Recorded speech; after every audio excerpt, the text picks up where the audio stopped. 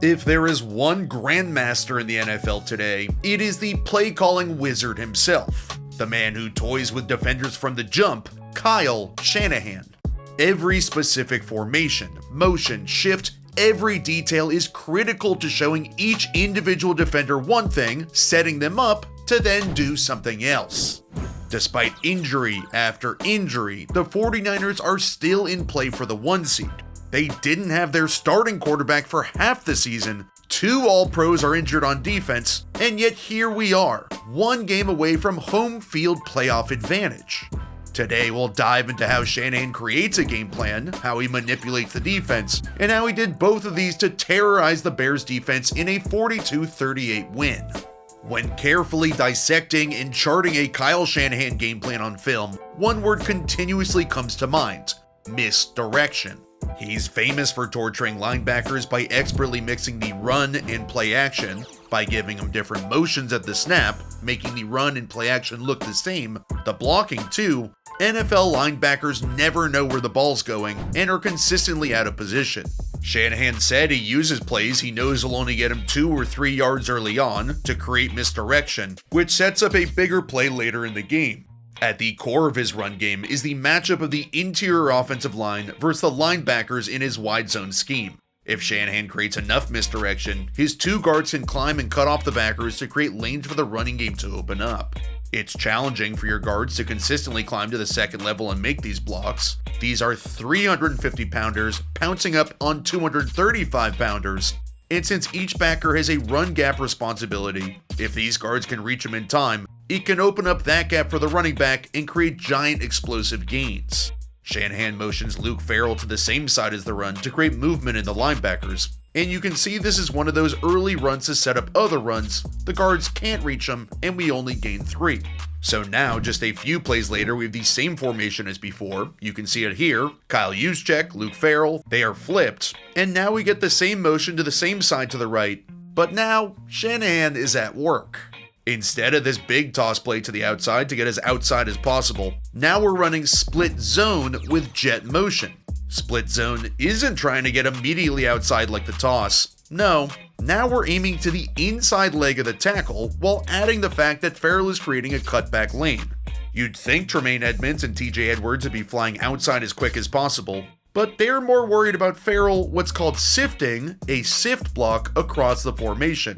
So watch how Edwards hesitates. Instead of the guard Dominic Pooney reaching Edwards, it's the center Jake Brendel. You can see how these double teams work, where if Edwards is more inside, it's Brendel, if he's more outside, it's Pooney, and Brendel is able to make the block.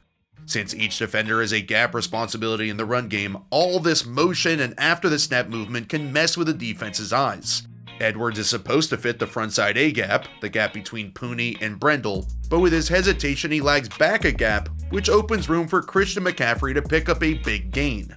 Shanahan also used nothing runs to open up holes in the passing game too, which helps create better pass protection in the play-action passing game. Here the 49ers are running zone wideback, where Purdy fakes the run to one side, CMC does too, and watch how the entire secondary is staring at him, and how this run goes for nothing. But then a few plays later, here's the same zone wideback action. The entire secondary is zeroed in on the fake again. You can see everybody's eyes. Edwards and Edmunds are sucked up.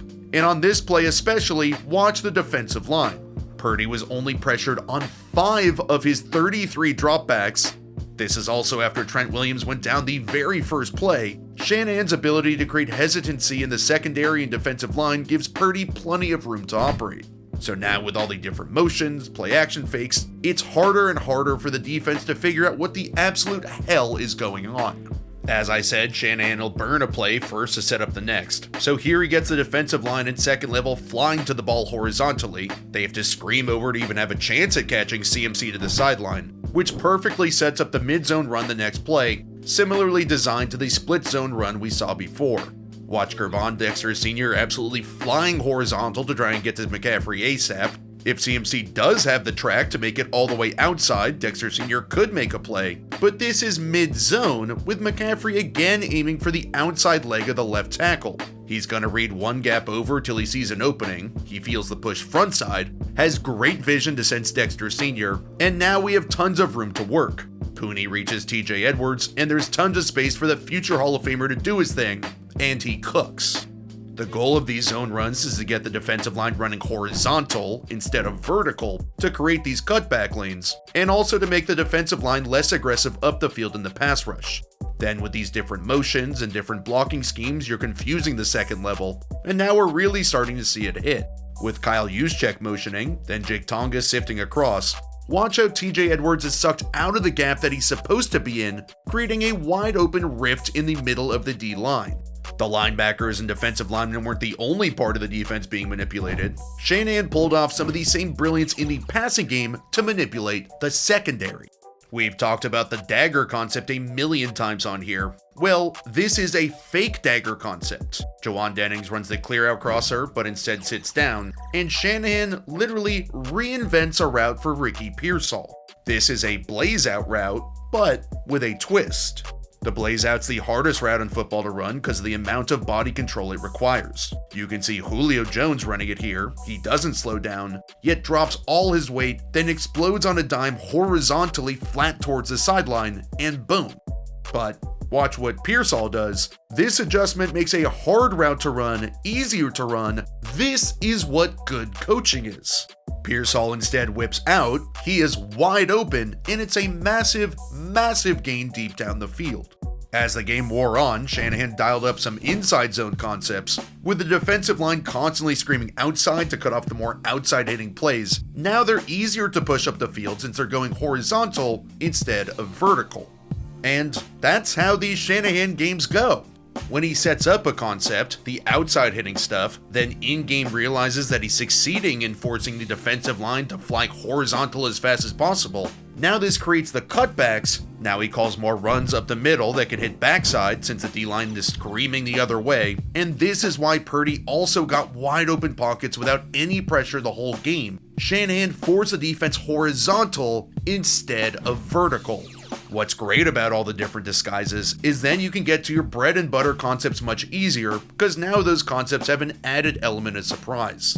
Here's Pearsall running what appears to be a nearly identical route to the blaze out route. He's running right into the blind side of Noshawn Wright. Wright doesn't know if that's the same pseudo blaze out route again or what. So this helps Pearsall get that much more open. This is what good game planning is. You rely on your players to win their matchups, but also use scheme to give them an added advantage.